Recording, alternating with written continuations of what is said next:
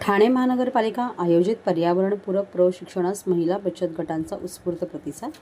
महिला सक्षमीकरणाबरोबरच पर्यावरण संवर्धनाला चालना देण्याच्या उद्देशाने ठाणे महापालिकेच्या पर्यावरण विभाग व समाज विकास विभाग यांच्या संयुक्त विद्यमाने महिला बचत गटांसाठी कचरा व्यवस्थापन तसेच सूक्ष्म हिरव्या भाज्यांची लागवड या विषयांवर विशेष प्रशिक्षण कार्यक्रमाचे आयोजन नुकतेच शहरी उपजीविका केंद्र तत्त्वज्ञान विद्यापीठ येथे करण्यात आले. ठाणे महानगरपालिका गेल्या 10 वर्षापासून विविध स्वयंसेवी संस्था, NGO व महिला बचत गटांच्या माध्यमातून घनकचरा व्यवस्थापनाचे कार्य प्रभावीपणे राबवत आहे.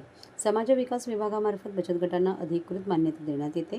त्यांना ओळखपत्रे, घंटागाड्या, वर्गीकरण शेड आदी सुविधा पुरवण्यात येतात.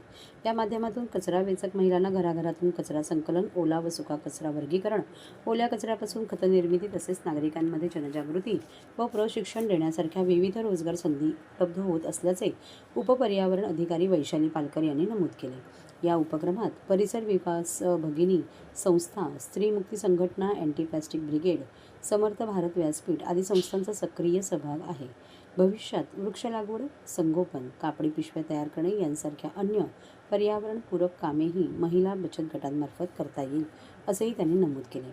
यानंतर स्त्री मुक्ती संघटनेच्या प्रमुख कार्यकर्त्या ज्योती म्हापसेकर यांनी आपल्या प्रभावी व सोप्या शब्दात तसेच गीताच्या माध्यमातून महिलांना त्यांच्या कार्याचे महत्त्व पटवून दिले. कुटुंब व समाजाच्या विकासासाठी महिलांनी अर्थार्जन करणं अत्यंत आवश्यक असल्याचे त्यांनी सांगितले. कचरा व्यवस्थापनाचे महत्त्व स्पष्ट करत ओला व सुका कचरा वर्गीकरणाची आवश्यकता व त्याची योग्य पद्धत उपस्थित महिलांना परिसर भगिनी विकास मंडळाच्या कल्पना अंधारे यांनी समजावून सांगितले.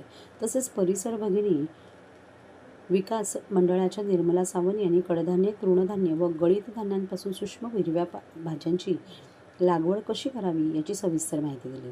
भाज्या घरच्या घरी तयार करून कुटुंबाला रक्तक्षय, ॲनिमिया पासून वाचवता येते असे त्यांनी सांगितले. शिवाय या लागवडीच्या माध्यमातून महिला बचत गटांना सहजपणे उत्पन्नाचे साधन निर्माण करता येईल असेही त्यांनी नमूद केले.